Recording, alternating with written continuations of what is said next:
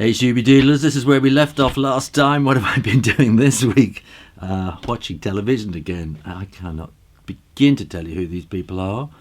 I don't think they're really anybody. They're just fleeting moments of somebody I see on TV and I think, oh, those eyebrows, and then the rest of it is from memory, because TV, they only ever show you anybody for about 3 seconds nowadays. I don't know, this will be somebody else who was on TV, and bit of doodling. These are my everyday Instagrams, my Shoo Rayner drawing a day Instagram. So I got an apple tree outside my garden, these bright red apples, so I thought I'd do a quick sketch of them. Last week, you may remember, I did something for the Freedom to Think website, which is allowing children to think, and then I've been thinking about it myself, and I thought boredom is the mother of creativity. Sitting around doing nothing means you've got to do something, and that gets your mind going. Or, not everybody, but creative people are not very good at being bored, and so they have to get off and just get up and do something.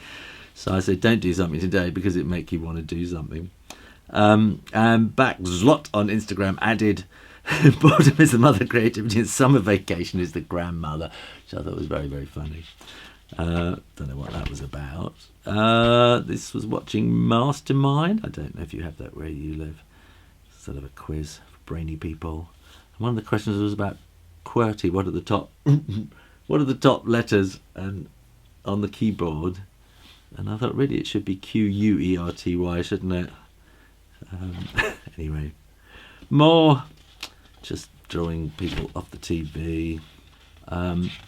And then I was trying to do a new drawing a day here, and trying to draw myself looking horrified in the mirror and not doing very well. This is what I did in the end. I had to just do something quickly. I'm running short of time. I got so much to do, such a lot to do. Try slowing down then. What have I got to do? I went to Edinburgh at the weekend for the Edinburgh Book Festival, where I was appearing. And so this is preparing for my talk.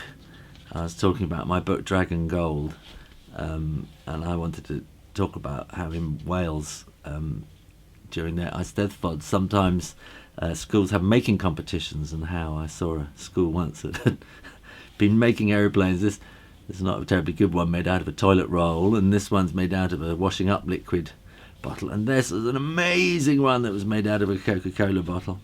So I was just rehearsing my drawings that I could draw while I was talking. Again, I don't know who that is. Somebody off the telly, someone else off the telly, I think.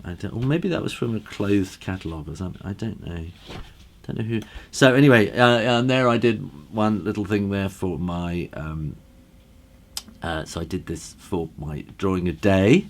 And then I got some comments. Somebody said, oh, I used to make sharks out of toilet rolls. I was trying to imagine what it was. Donna Ed 65 on Instagram said they used to make sharks out of toilet rolls. So I did a little drawing what I thought a shark made out of a toilet roll would look like. And then Backslot on Instagram also said used to make bees out of toilet rolls. So this is my little drawing of what I thought the bee would look like. So that was a bit of fun. And then I'm going up to Dumfries and Galloway to the Wigtown Book Festival at the end of this month, and I'm going to be drawing, amongst other things, Galloway Belties. So I thought I'd better learn how to draw cows, and I was just doing some quick sketches there and ran out of Sketchbook, so I need a new one. And here we go, on to August the 30th. And this is a brand new one for me to go up to the Edinburgh Book Festival with. So I was at Bristol Airport waiting to catch the plane, an EasyJet plane. I thought I'd do a drawing of myself on flying Easy Dragon to the Edinburgh Book Festival. This is my bag in the hold. Did you get it? The dragon's holding the bag. Never mind. And then flying over the River Severn, where we got these two huge bridges crossing over, and we'd be flying over those. And I spotted this in one of the shops in the airport. It's called the Traveller, where they've nicked this logo from Google Maps or something. I thought it was a really clever logo for a travelling shop. So they called us to the flight, just as the aircraft arrived, and I thought I got about 5 minutes to do a quick little sketch of the plane and everybody coming to fix it. So this is just as it arrived. The guy's there waiting to open up the door and let people out, and they're starting to come and fill the plane up. And then there was somebody with a wheelchair on there, and it took them about half an hour to get them out in the end. So I could have done a much better drawing. Look, these engines are, this one's really low down, that was really high up. It's because vehicles kept getting in the way while I was drawing one bit of this thing. Anyway, that was a bit of fun. And on the flight, I did a little drawing of my view down the aisle. This is the flight attendant serving cups of tea or something like that. And then I caught the tram into Edinburgh from the airport. And the tram goes past this place where it says, boof, there's been a hogweed forest. If you don't know about hogweeds, they're umbelliferous plants, umbelliferous annual plants, which grow to about 6 feet, 3 meters high at least. And they're poisonous. If they sting you, you come up in blisters, and they're horrid. And it's like somebody just blown them all down. When you see volcanoes explode and you see all the trees laid out like that, and it's poof, like all these hogweeds had been blown down and kind of rotted away. And I wonder what had happened. Did a bomb hit, a hurricane hit, or did the big bad wolf blow it all down? I hate hogweeds. Maybe there's an idea for a story there. And last night I was stung in the back of my neck by a wasp. Today I feel like the Hunchback of Notre Dame. My neck was aching so much. I'd been picking ripe figs, and so had been the wasps. And this wasp fell down the back of my collar and stung me. And I nearly fell and hurt myself. Luckily I didn't. So anyway, that's me being stung and being a hunchback. And I was watching a program on the TV about Texas, and suddenly I thought, I see how to draw a big Stetson hat. So the next morning in Edinburgh, I had to do my gig at the book fair, a couple of hundred children to entertain, and I woke up with a cold. I was hot and sweating. And anyway, I was having breakfast, and there's this Norwegian man sitting opposite me at breakfast, and he seemed to have lion feet. He had these extraordinary shoes I've never seen before, and they were kind of plasticky, rubbery shoes. With his toes went into each thing, so they looked like kind of lion paws. And then I just started going downhill all day. This is meant to be Chris Riddell, who is the children's laureate. We were having a cup of coffee. I was trying to draw him. Not doing very well. And but it's interesting, we were talking about publishing and how there's more and more books have been published, and he referred to it as quantitative publishing, just printing more and more and more, like they print more and more money. In the afternoon I went to the National Gallery. I was looking at some old prints. This is Daphne metamorphosing into a laurel tree, and this is the birth of Adonis. I didn't know this story. So this is how the myrrh tree came about. Myrrh got turned into a tree, and Adonis was turned into Adonis was born. So she was turned into a myrrh tree for having conceived Adonis with her father. This is Lucina, the goddess of childbirth, helping Adonis to be born before Myrrh completely turns into a tree. Weird.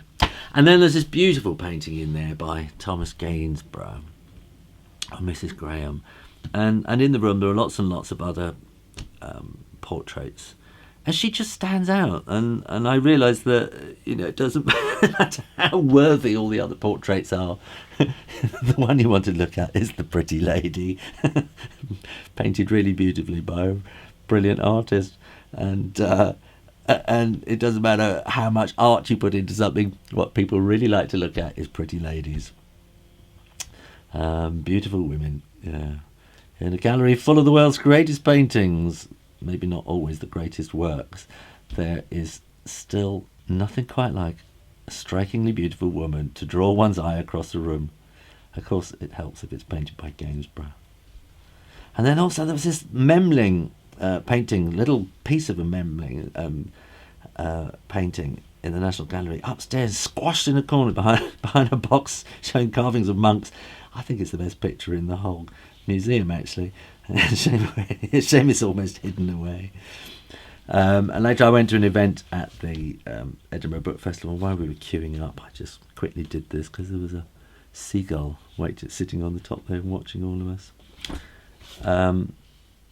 Prue Godwin, who's a literary teaching literacy person, and she was talking about teaching literacy, saying if you learn to drive, you don't learn all the parts of the car first. So I put here the driving instructor saying, this is the aerial, this is the most important thing.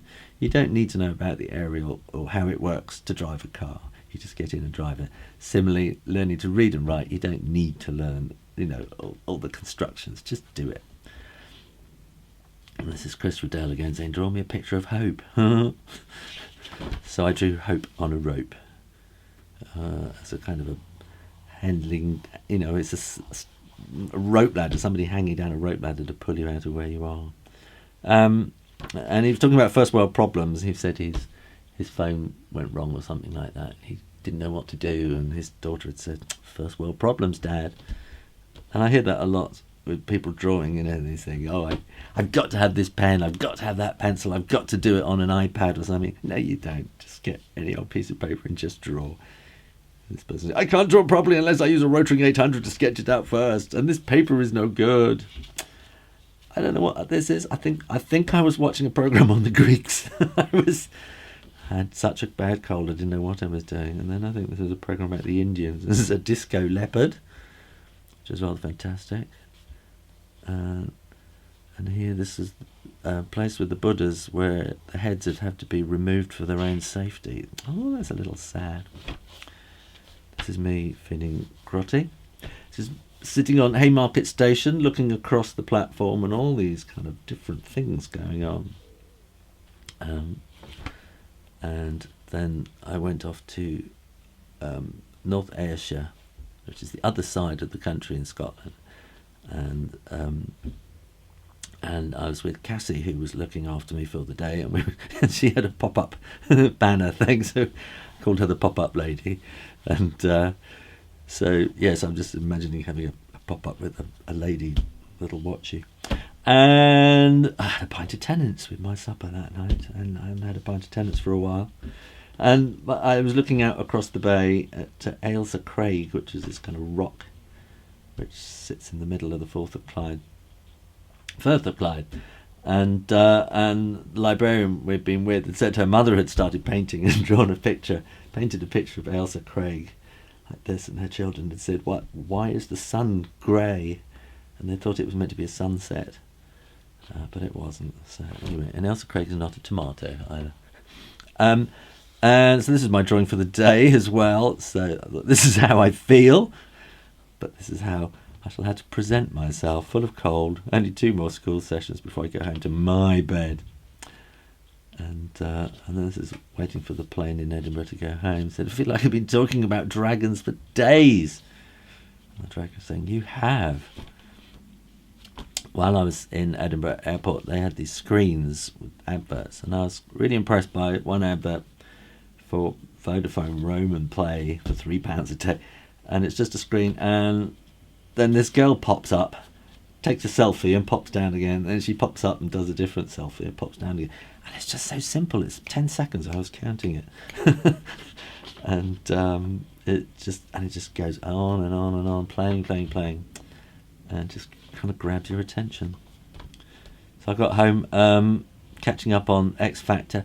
There are some acts which they just love in the audience, and I just don't understand why. And I think there's obviously something happens in an X Factor audience while you're there, which just somehow doesn't quite come across on the screen. And then watched a bit of Great British Bake Off. So that's meant to be Lisa Tarbuck. It's not very good. And this is Glenn Parnell, is it? I don't know. Who's a chef, I think. I don't know. And there's some curtains I saw in the background on a TV programme. So, there we go. A strange week. Well, I hope you enjoyed that, and if you did, go and have a look at my other sketchbook videos, or have a go with the mystery drawing. well, make sure you click that logo and subscribe for lots more drawing videos on the Shoo Rayner drawing channel. And why not go and have a look at my Patreon page, where I'm making kind of an art school over there. We've got courses and assignments and lots more. Go over there and check it out. In the meantime, keep drawing, practice, and I'll see you next time. You take care now. Bye-bye.